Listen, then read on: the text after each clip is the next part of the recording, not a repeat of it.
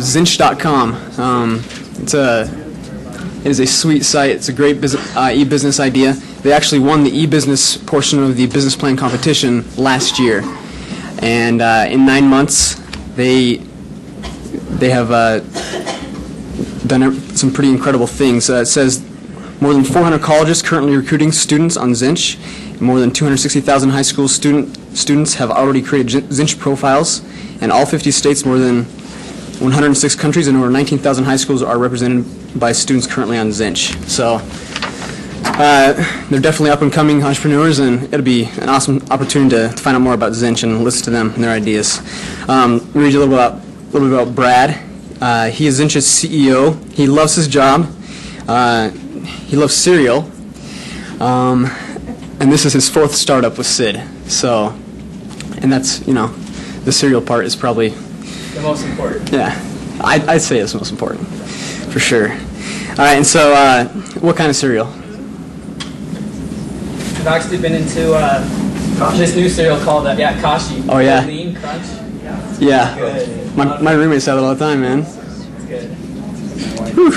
All right. Well, anyways, okay. Sid is Zinch's chief evangelist, and he graduated from Brigham Young University with a business management degree.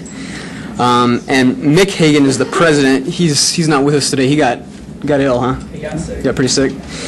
So he's not going to be able to be here. But he's a student at Princeton University, and he's currently taking a leave of absence to pursue his goals with Zinch. So some pretty good track records here with these guys, and it'll be interesting to listen to them. Let's welcome them.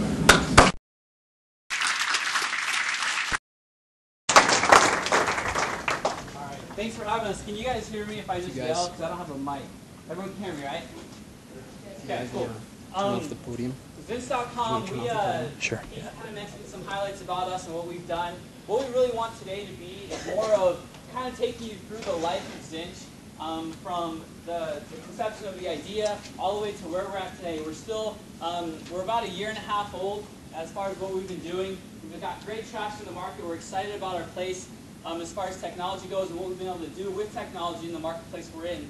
But today we really want to take you along kind of the ride, and really we want this to be a roundtable discussion if that's possible. We want you guys to ask as many questions. We're going to kind of take you through the life of Zinch, how we got the idea, where the idea came from, the research we put into it, taking it to market, the execution of our marketing plan, and really how technology kind of evolved in that whole process and how our idea changed as we went through our startup kind of idea. And so we really want you guys to ask questions because we realize we don't want to talk about our company. We don't want to talk about Zinch. Obviously, we're excited about what we're doing, but we really want to talk about our experiences that have happened through Zinch, the hard parts, the exciting parts, the tough decisions, and the things that go through in building a web company.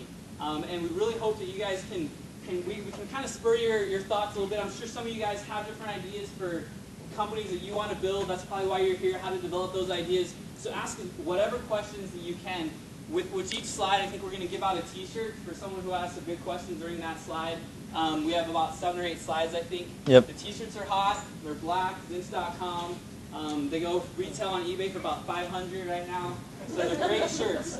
So ask some good questions. And they said, I guess we have to stand close to each other for the microphone. So I'll be kind of following him around. It's funny because we actually have a former missionary. We started in our mission together. We served together in Taiwan, and we were in the office as assistants together. And then we taught in the MTC together. And then we lived together at BYU. And then we moved to Detroit. And actually, when I was first married, he lived with me and my wife because we're like so.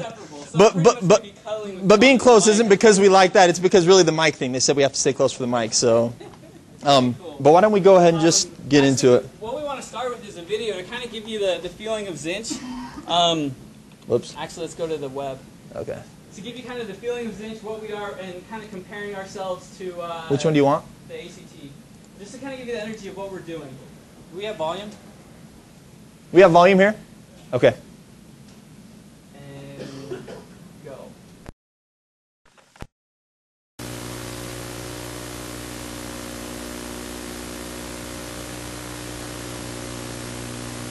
Chances are it's there.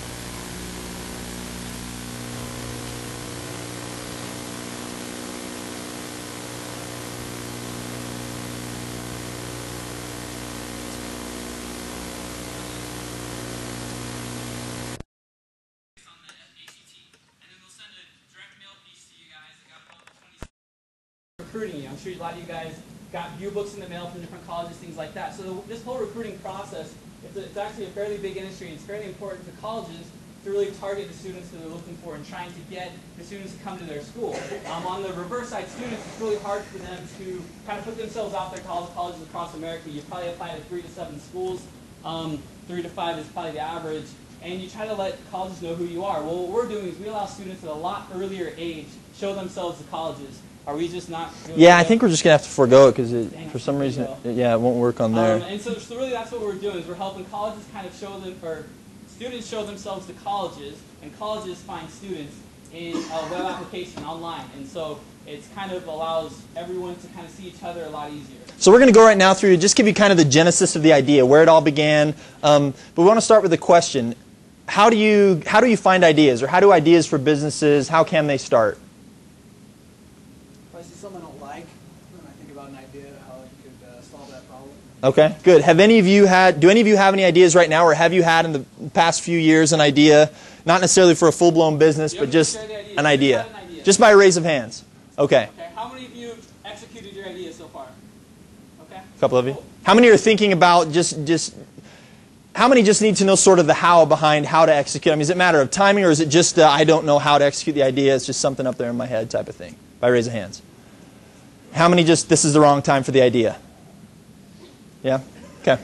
What we realize is really ideas come from the experiences that we kind of go through in life. Well, me and Sid, we've done a couple startups before, and one of the things that we've learned most is through what we're doing at that time in life, we learn either a process that we didn't like or that we thought could be done better. And that's really important. So the way that Zinch kind of came about was Mick's experience from Provo to Princeton. Mick, who's my younger brother. We'll just hand them off. He, okay. He went to Provo High School, and he was very ambitious in where he wanted to go to college, and he pretty much only applied to Ivy League schools. Now with that, he wasn't really well known. Being from a rural part in Utah, Princeton didn't hear about him. They didn't know who he was. And all of us are that way. We all came from Utah County, just kind of good students, but nothing crazy. So in his process, he put together a portfolio. He's really he designed our whole website, so design is really his kind of forte. And he sent a portfolio to all these colleges saying, "This is who I am. Dear Dean Fred, look at me. This is me. I'm more than just that application I sent you." And through that, these admissions officers were able to really get to know him as a person, and they really enjoyed that and liked that about him. So through his process, he realized, there's an idea. Colleges want to get to know students better, and most students don't have the expertise that I have in presenting myself. And so what he realized when he went to Princeton, he talked to the dean of admissions out there and said, "Hey, what was it about me that helped you understand more about me? What was the process like? How do you guys go out and recruit?" And the dean of admissions at Princeton shared a really interesting story that really helped kind of validate the market need, and that really spurred this idea more into action. And she shared this simple story that every year Princeton gets hundreds of thousands of applications. They're the #1 school in the nation according to U.S. News and World Report, I think, right? And so she said, we don't have a problem with getting kids to come to us. What we have a problem with is getting the right kids to come for the right reasons. At the right time. At the right time. So she had the orchestra director come to her and say, "Hey, all our brass players are graduating this year. If you don't admit any brass players, we cannot play in the band, we cannot play in the orchestra, we can't do anything." And so that year she said pretty much any brass player that applied to Princeton got in. And she said, but what I wish would have happened is I could have said, who are all the brass players within the greater New Jersey area with above a 3.8 GPA and this type of SAT score? She said, I can't go out and target the needs that I have in my university. Right now it's just based off test scores. And so, boom, there's when the light went on with Mick, and he said, this is a great idea. There's a need for this. Every college, if Princeton, one of the greatest colleges in America, has this need, what about all those other colleges that aren't Ivy Leagues or even the other Ivy League schools? The underlying principle with that, too, is that you have a good idea, you think it's something there's some rub for you, so it makes sense for you, right, to have some innovation in the marketplace. But is that really the case for a few other people, or tens of other people, or hundreds or thousands of other people? I mean, that for us it was, is this just something that we get excited about in our dorm room, or is this like rubber hits the road, can really go somewhere, right? And really the point in this is what we want to share is the ideas are seriously going to come if you guys are looking for them in your life. That's really one of the most important things that we've found, is that every single thing that me and Sid have done has been because of in our lives we were looking and trying to push the envelope on different ideas. I personally actually have a spreadsheet, and I have it's called an idea spreadsheet. It's an idea thing where I have gold, silver, bronze. I rank my ideas. Every day I actually haven't used that idea spreadsheet for a while because of Zinch. But while I was in these classes here or other things, I'd always have different ideas, and I throw them on the spreadsheet and kind of see what stuck as I kind of looked into it deeper, and I'd kind of move them into the gold category or to the silver, to the bronze, and trying to push that envelope with these different ideas, because that's really the key, is that through your life, you'll have so many ideas that's really important to really capture those. Even yesterday, so Brad, like a week ago, comes to me, Mick, and he goes, you know what? More than a week ago. Yeah, probably like 2 or 3 weeks ago. He says, with all these reality shows going on, wouldn't it be cool to have like a reality show for like a startup, to kind of track a startup? And I saw a few on like A&E, sort of real kind of boring, but he had this idea. So just 2 days ago, Mick sends an email, and sure enough, they have this new show on, I'm not sure what channel, but it's tracking a startup, kind of just really sort of day in the life, when they wake up to when they go to bed, everything in between. There's just so many opportunities that I think we don't see because we're not looking for them. And I think that's an important thing, is that you guys really need to look for the opportunities. So Mick approaches us, me and Sid, because he has the idea. And me and Sid were actually doing something else at the time. And so he approaches us saying, hey, Brad, I got this idea. You want to take it from there? Yeah, so Brad and I had left. We got back from our missions. We lived in Brad's parents' basement. We were at BYU. We kind of got tired of the formal education. We value education, just all education, not just in the classroom education. So we wanted to take an opportunity to get sort of out of Utah and kind of a feel for the real marketplace. So we moved to Detroit, started a business, got things going, branched it. That's where we were living together, Brad. I was like married like 3 or 4 months, so it was kind of weird, but it worked. I left the place a lot to go work out. Right. So run. Yeah. So we then have opportunities to branch business to the south. Brad moves to North Carolina. We're growing our business. It gets to a point where it's kind of self-sustaining. We're kind of bored with it. Brad's kid brother's going to Princeton. We're excited for him. We want to go catch some Princeton basketball games. We all play basketball in high school. So we have something going on in Pittsburgh or Philly. It was in Philly. In Philadelphia. And we just take the drive from there. I think it's like an hour and a half or 2 hours to Princeton. So we drive up and we sit down at like a Panera Bread, talk about the idea. Brad remembers. We kind of what really was, I mean, obviously it's your brother. He's sharing this idea. You're like, okay, cool, little bro. Yeah, it's all good. It's a great idea. And then he starts showing us what he's done, and I'll never forget this. We were outside of his dorm room at Princeton, dropping him off after dinner. And he's like, hey, no, I really want to show you guys. It's like outside of the car, like in the road. It's like at midnight or something. It's just, this was one of the turning points for Zinch, though, is that he opens up his laptop and he says, this is more than an idea. He's like, I want to show you what I've designed and what this is going to look like and how it's going to work. And he starts sharing this vision. More than just like, he's sharing how it's going to work with colleges, how the students are going to interact, how these two are going to come together on the web. And he starts going through all these different firework pages he's already created. There's no technology behind it yet, but he's created the design. And I remember sitting there thinking like, oh my goodness, this is it. Like, this is what me and Sid are looking for next. This is the next idea. And it was seriously just like this, oh, kind of feeling where it's just like, oh my goodness, this is awesome. It looked so good. It looked so crisp. It made so much sense. And so we realized, okay, me and Sid, we were kind of sick of what we were doing. We were looking for a new challenge. And we realized, you know, we want to look into this. We need to dig our teeth in this and start doing a little bit of research. And there's a little hyperbole in that, but really for us, I mean, within our sphere of like life, like it was. I mean, and I don't think you need to be apologetic about or downplay what for you is a big thing. And Zinch to us is everything. I mean, it is what I dream about it, unfortunately. I mean, it's always on our minds, and it really consumes us. So, but it still goes back to the point that, so even then, as exciting as it was for us, you know, on that night in Princeton, New Jersey, at the car, we realized there was a lot more before we would put thousands and ultimately hundreds of thousands of dollars into this idea. So we came back to our offices, little beat-down offices, downtown Provo, corner of University and Center, the cheapest office space probably in the city. Me and Brad had offices there. We convinced Mick to drop out of Princeton, or leave of absence as he calls it, and come with us. His parents were ticked. They're paying like 40 grand a semester to go there. So he comes back, and then we start to say, okay, what's sort of next steps? And for us, it was research. So what we did is, in most businesses and whatever you're dealing with, there's probably some association or large network of people that deal with that. For us, it's called NACAC. I won't tell you what it stands for, but all it is everybody who's a college admissions officer or a high school counselor is affiliated with that organization. So we said, let's attend their national conference. We attended it. It was in Pittsburgh. That's where I get confused with the Philadelphia-Pittsburgh thing.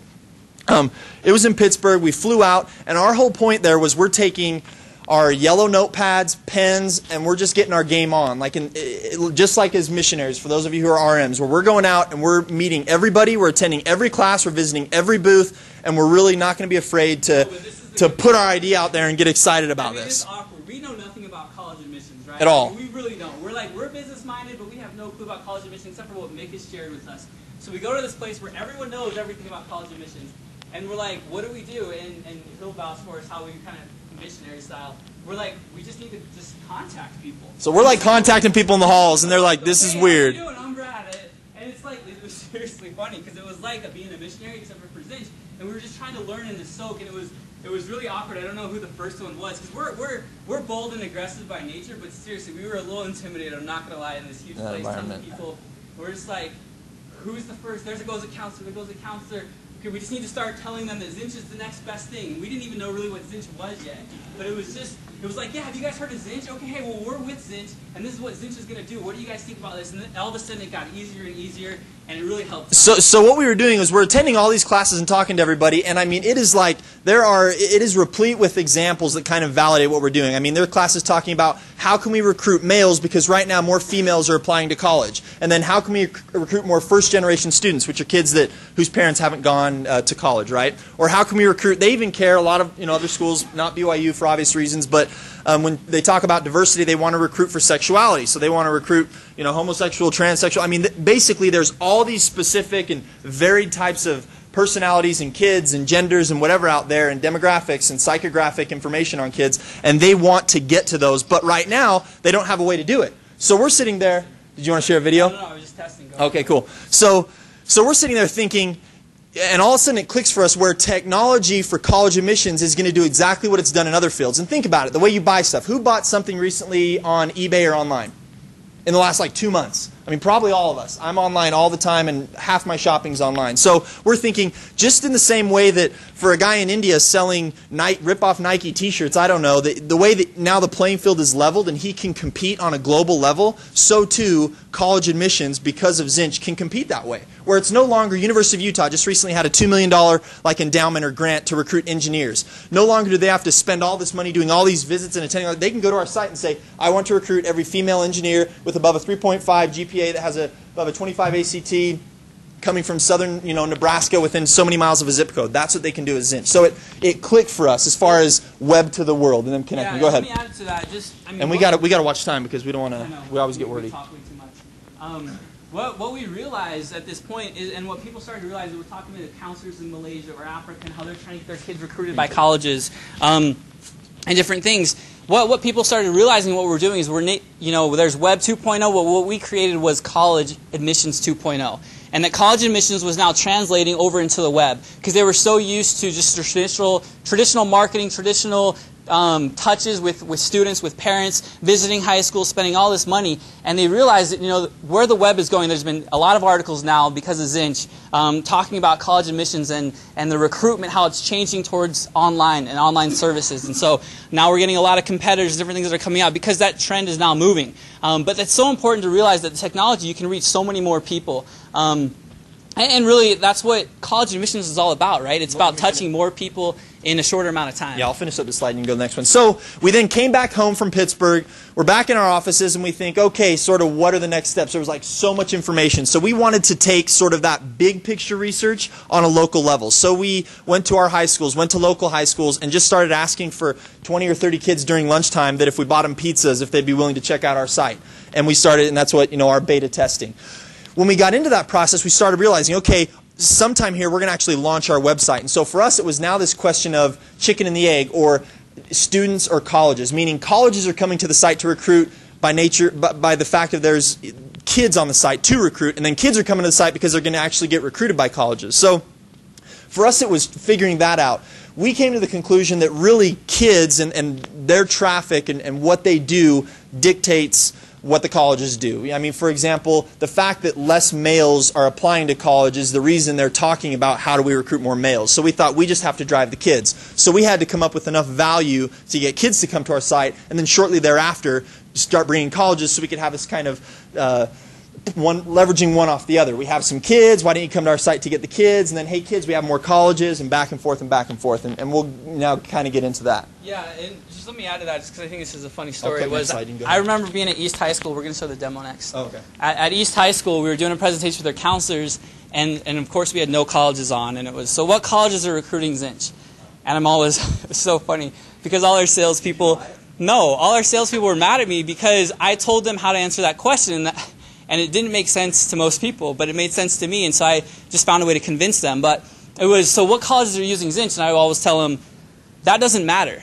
It doesn't matter how many colleges are using Zinch. The point is your student can show himself to colleges. You got to be proactive in how your student puts himself on the web. And so I pitch more of this web type thing that students need to get out there and show themselves, and how the colleges will find them. We don't need to worry about what colleges are on there yet. That's called manipulation. Very important. And so part of it was pitching the web, though. The web is so important to our business because the way that they think is traditional. You know, college sends you mail piece, you send application. And so the web was able to transcend a little bit of those thoughts and those traditions that were within college admissions. And so we spent a lot of time trying to convince people it doesn't matter what colleges are on, it doesn't matter what colleges are on, because this is what helps your students. So that was, I thought, was really funny. Really quick, to add to the principle of research, and this kind of the principle we wanted to capture in that slide was you can do research until you're blue in the face. Research will never stop. But if you never start actually executing and implementing, you'll never get anywhere. And for us, this is a really good team here because I think Sid's a little more conservative by nature. He wants to know before he does. I'm a little bit more aggressive, and I don't care what's on the other side. I'm still jumping because I feel good about it.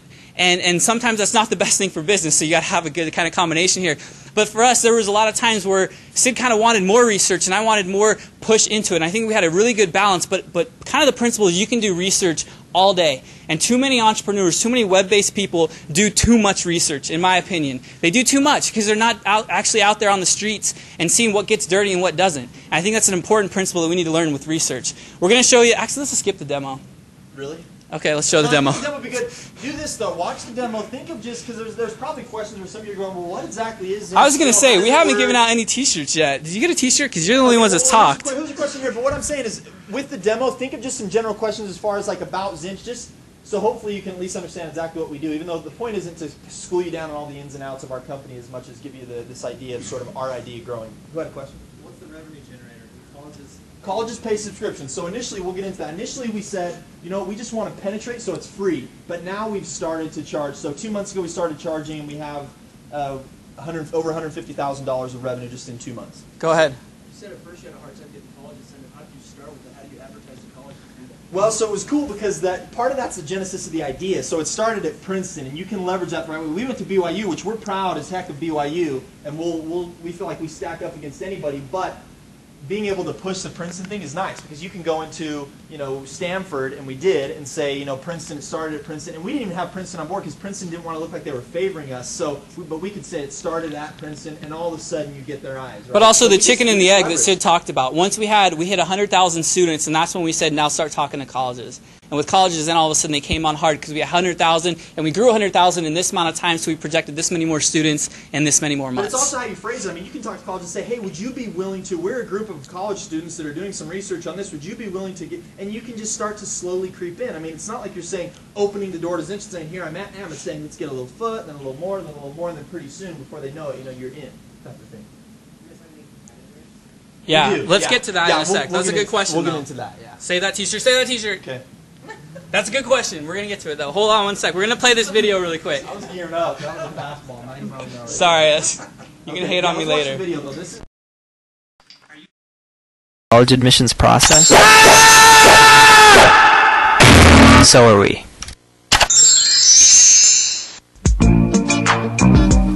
Students are more than just test scores. They have passions, talents, and skills that no AP, SAT, or ACT test can fully demonstrate. Zinch is a web portal that will allow for students to share with colleges what exactly they're all about. Zinch is an ideal. It's a vision.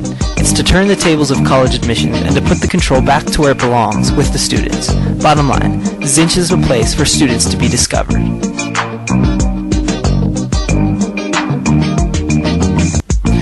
Students will have the opportunity to fill out their Zinch profile. This will be searchable and viewable to every admissions officer in America and to only them. The student will be able to fill out as much or as little as he or she would like. Everything's optional. Obviously, the more a student fills out, the more likely his chances are at being discovered. On the Zinch, students can share their academic info with colleges, including GPA, class rank, and test scores. Students have the opportunity to share with admissions officers what extracurricular activities they're involved with, what awards they've won, and what leadership positions they've held. Students can indicate what jobs and internships they've had, their family situation, preferences they have in the school they'd like to attend. Admissions officers can also learn a little more about students in the Hodgepodge section, where students can share what types of books, movies, or music they like. So how is it that admissions officers will be able to find you? Let's check it out. Every admissions officer in America will each have a secure login and password. Their main tool is the Zeeker, a tool that will allow them to search through the entire database of students based on the data you enter into the Zinch. Remember, the more you fill out, the better your chances are at being discovered. Let's see if we can find our buddy Jimmy. Let's search for everybody who got above a 3.6 GPA. Male. Top 15% of his class. We'll say African American. Member of the school chess team. And we'll say you gotta live in California. Booyah. Look at that. Mr. Jimbo. There you are. We gotcha. Once a search is performed, admissions officers can download your information and start recruiting you. Yeah, that's right. This sucker rocks.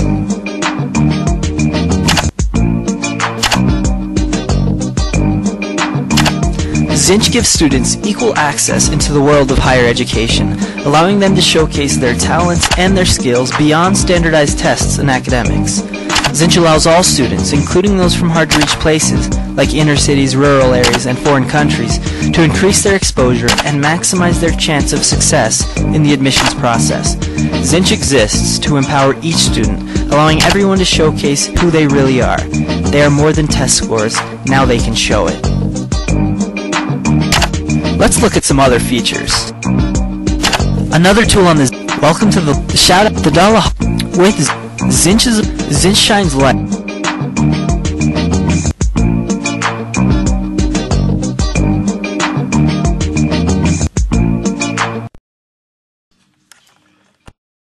No. Dang, I didn't see the second hand, but I guess you went. Whoa, I'm not a pitcher, obviously. You can hook that up over there. Good. That was a good effort, though. Sorry, dude. Yeah, I'll share mine with you later. I'll share. Do you have the mic? Why don't you hold the mic? So, okay, what questions do we have just kind of on that really quick? We go right here. You said that you had just like a design set up. How do you go about getting a backend, getting the server and all That's a really good question. That's kind of the next thing that we were going to talk about. Should we go to that slide? Yeah, and we'll get to the other questions too, but that leads into what we're going to talk about is that was really important to us. And I think that's on the team with the CTO and the technology. That was kind of where I would say me and Sid definitely lack is the technology, and that's one thing that I would suggest. Probably, obviously, trust and respect of people that you've worked with is important, but when you're building a web company, you got to have the technology person at the head there. And Mick had a lot of technology background, basic coding, but really we didn't have that chief technology officer. And so one of our biggest problems was, who is that going to be? That wasn't kind of the world that we were attached to. We didn't know very many coders, and so it started kind of networking. And what part of the problem was there's .NET, there's PHP, there's Python, there's so many different types of platforms that you can build a web company on. And so we had to just go to the people that we knew, that we trusted, that were in this business, and learn more about them. And we actually, with our CTO that we have right now, he was awesome. It was one of the best decisions we ever made, and that was one of the most important decisions. And it was a hard decision. I remember we were in Atlanta, actually, when we had worked with, I think we were working with him already contractually, or no, this is before we even contracted to him, before we hired him. We had this guy kind of from Walmart, Sid's friend. Yeah, actually I met him here. I was taking a class as an undergrad. They didn't have it, so I had to take this MBA class. So I met all these smart MBAs, and there was this one that was like, blew all the rest away. So I kept in touch with him. We gave him a call. He was working for Walmart, and we had him kind of interview these two guys that we both liked. They built in different. They had different sort of technologies they built in and that they really specialized in. And he started this interview. We feel like this decision is what would have killed or made our company for sure. Early on. And it's made us so far with the decision we made. We built in .NET. which is a Microsoft platform. But that wasn't as important as like the person. We feel even I think we've talked about that it wasn't a matter of .NET or PHP, it was the person. Meaning if you have a person who's got a certain amount of ability, it's then a question of how are they going to be a team player, right? And exactly. You can win a game with, you don't have to win a game with like stars. You can win a game with a good forward, a good center, a good guard, right? So that's what we were looking for, was somebody who would be a team player, and he totally has been. Yeah, I was going to say that's the most important thing, is having somebody that's going to mesh well with your team, and that's what we've learned a lot of too. And technology was a big part of that. And so with that, this guy meshed really good with Mick. So Mick and him were able to develop according to their design. He also brought in something that we really liked, was he had worked with teams in India. So a lot of our coding is actually done out of India. Which we were nervous of at first because we didn't want to go cheap and just crappy, technology. Well, we wanted cheap. Obviously have valuable, cheap but valuable in getting it done. So he actually just got back from there too. He was just in India. Yeah. And riding elephants and stuff. Eating weird food. But I don't know if that answers your question, but that was an important part, a very important decision for Zinch. What other questions were there? We had it right here. How do you reach the kids? Okay. How do you get to the students? Yeah, that's a great question. Obviously, like Sid talked about, we had to reach the students first. That was kind of the first thing. And so we do a lot of web stuff. We got to keep in mind this guy over here that I denied once. So just keep that in mind. I saw him turning his head over there. We do a lot of stuff on the web, so a lot of SEO type stuff. Kids, their stage is the web, and that's what college admissions officers don't understand enough. And so that we really pride ourselves on being the experts on where kids are and how they're going to come to Zinch. We do a lot of scholarships. That was kind of our first promise to kids that we could deliver on, other than colleges recruiting you. It was you can get a scholarship. Just early on, from our experience when we attended, when you're belly to belly with people, you just get a good feel for them, right? I don't think that's ever, even with a web company. In our case, we found there's always a place for the belly to belly, whether it's with your investors or just with the interaction, high level stuff. But ultimately, for us, it's with the kids. So Brad attends all these national. I wish we could show you some videos. The videos are sweet. There's some good videos. I work a lot with the colleges, so we've been all throughout the country, meeting with Stanford and meeting with MIT, and then all the.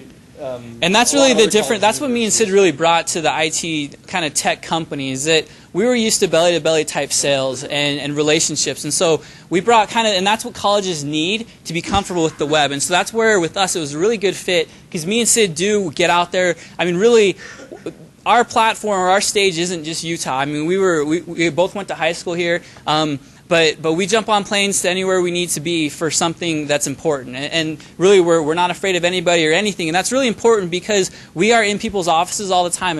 And we're making things up sometimes so that we can present and get people to start working with us. At the very beginning, that's how it was. And then all of a sudden you get traction, all of a sudden it's easier. But the belly-to-belly is so important in a tech company, well, within college admissions itself. But within a tech company, you add so much more to what your technology brings, is those relationships. Suddenly that technology then ties you and it's over. And the times where we've neglected to make sure that we're the ones solidifying relationships or being the face is actually where we've had problems. And certainly with any business, there's things you look back on, and hindsight's always 20/20, and you're saying we probably should have done that. It's always relationships. I think that's at the core of, because at the end of the day, it's a great idea. I don't think everybody who sees this says, yeah, that makes sense, right? It's not like rocket science, new technology. It's just using a simple technology and applying it to a market that hasn't embraced it yet. It's more, I think the reasons that we'll have struggles or be, a good company or great company are probably going to be, how smooth are we on, as a management team, talking to each other, with different partnerships we get in, the willingness of other people to partner with us because they want to get our phone call, they want to talk to us, they enjoy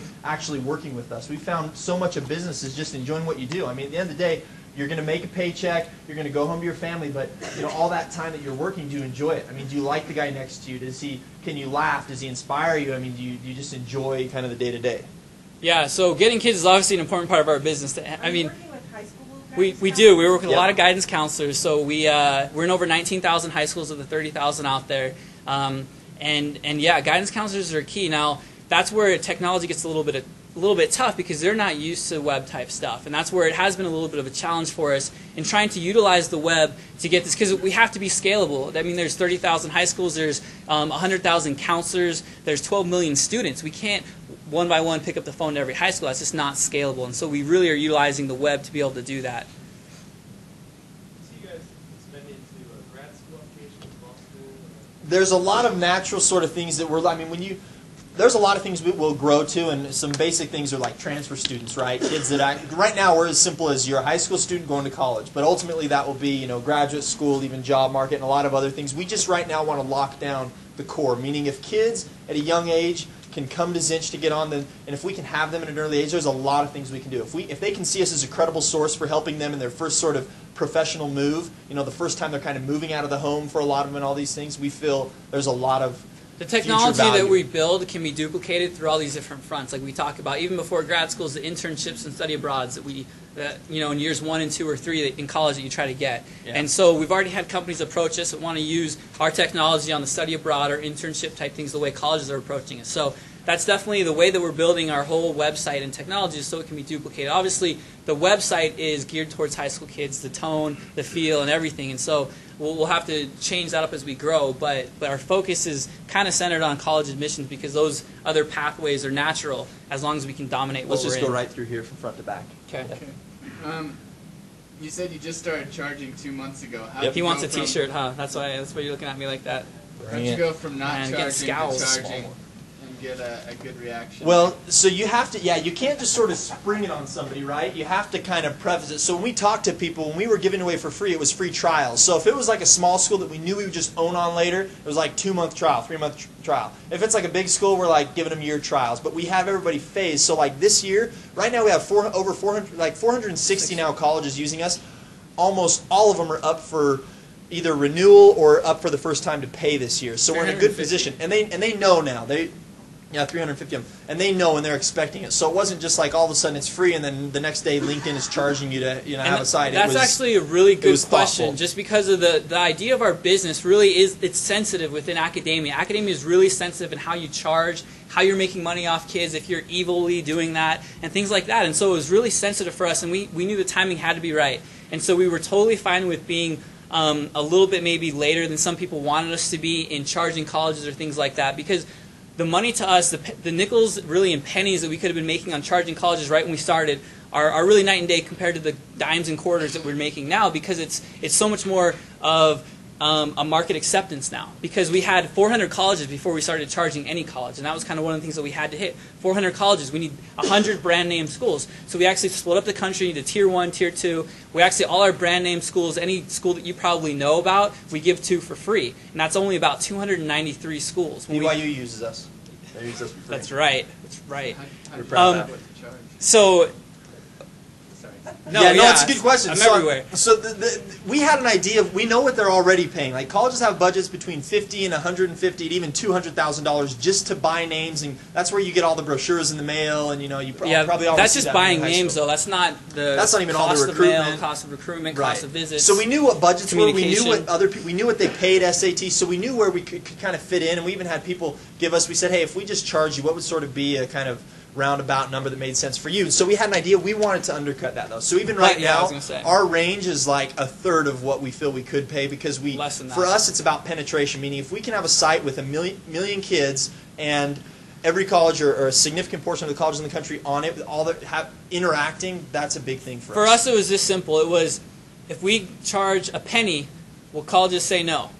No, that's easy, right? Okay, $1.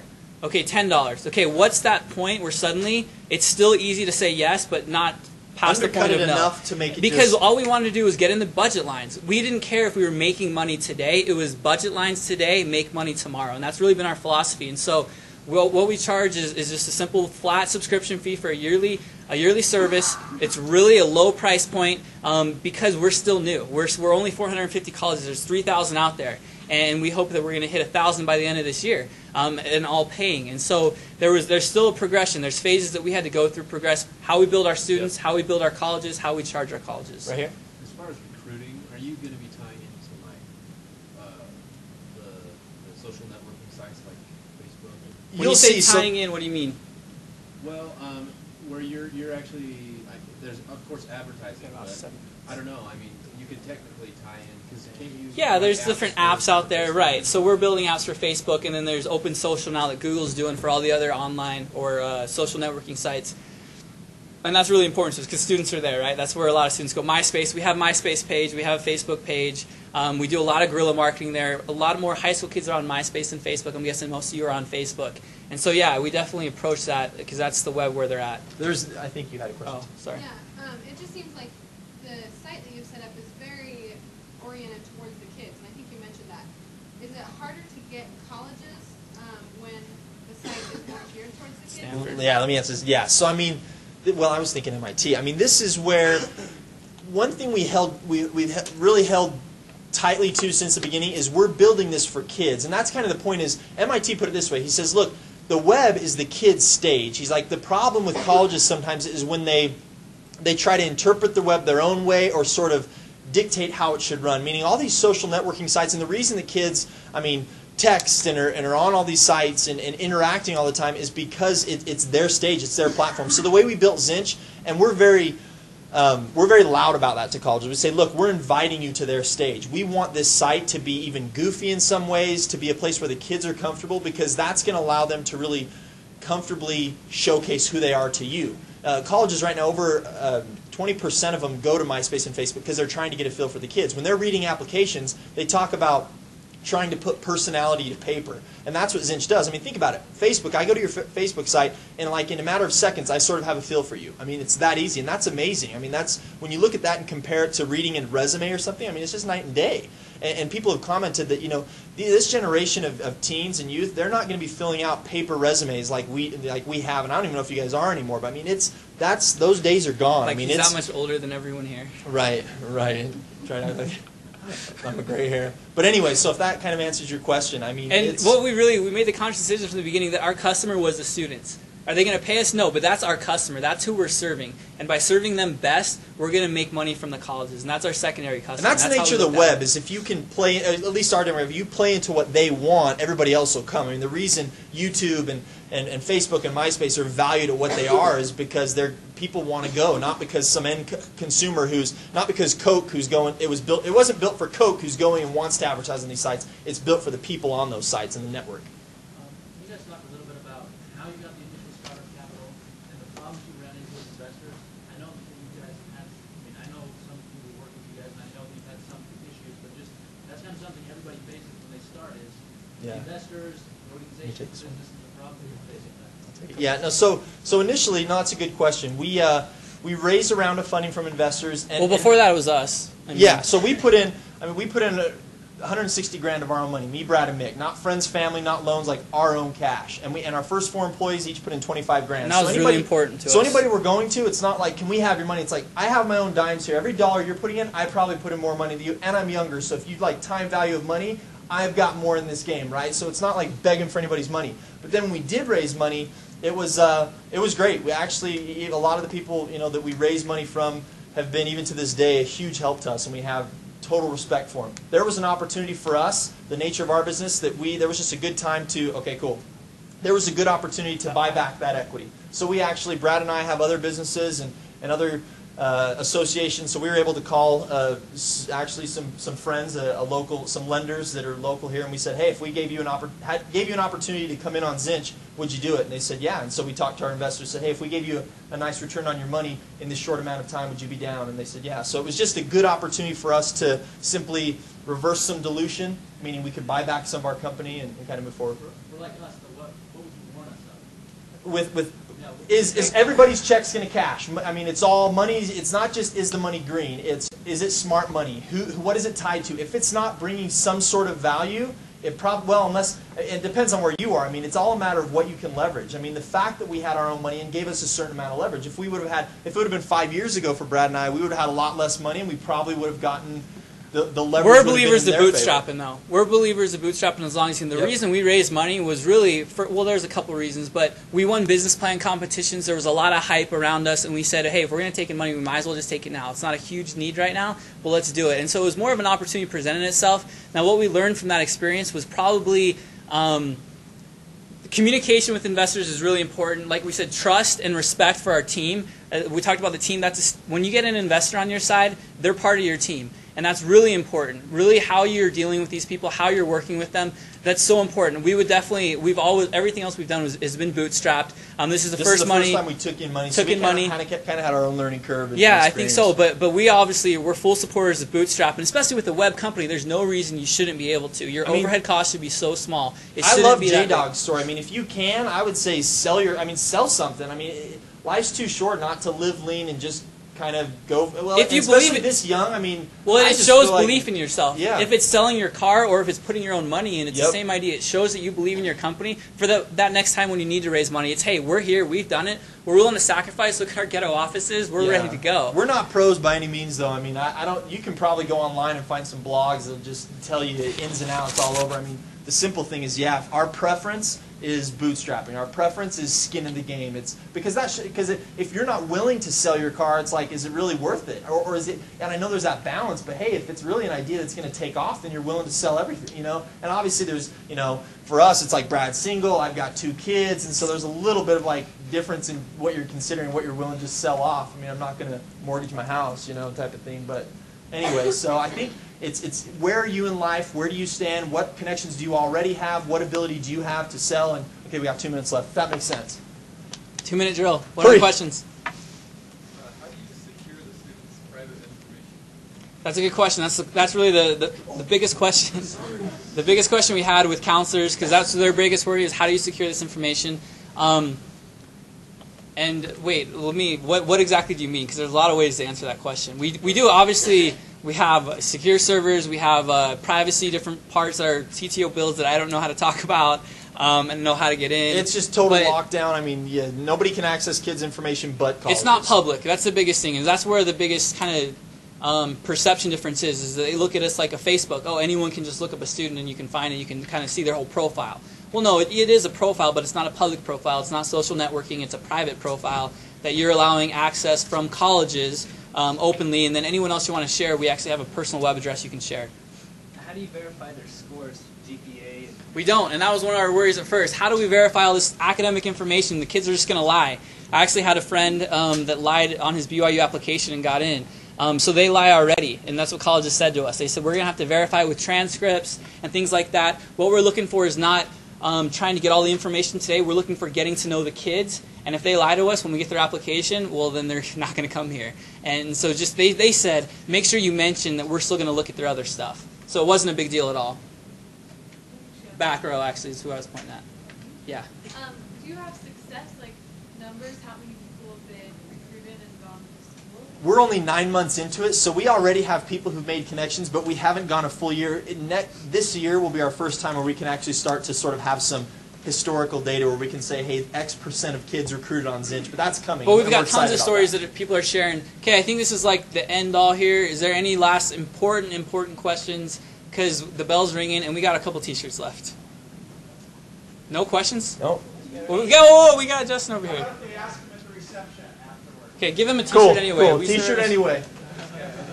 Thanks, guys. We appreciate your time.